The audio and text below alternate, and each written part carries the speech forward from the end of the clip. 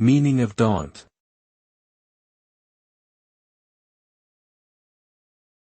Daunt.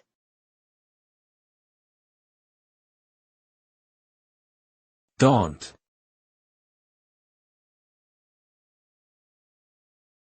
Daunt.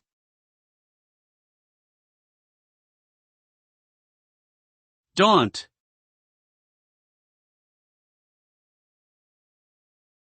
Daunt means to make someone feel intimidated or discouraged. It is a verb that suggests someone is being made to feel less confident or brave. The result of being daunted may lead a person to give up or avoid a certain task or situation altogether. It can also result in feelings of anxiety and fear.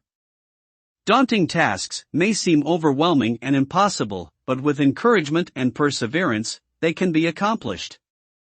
Therefore, it is important to recognize when someone is feeling daunted and provide them with the necessary support and motivation to overcome their fears.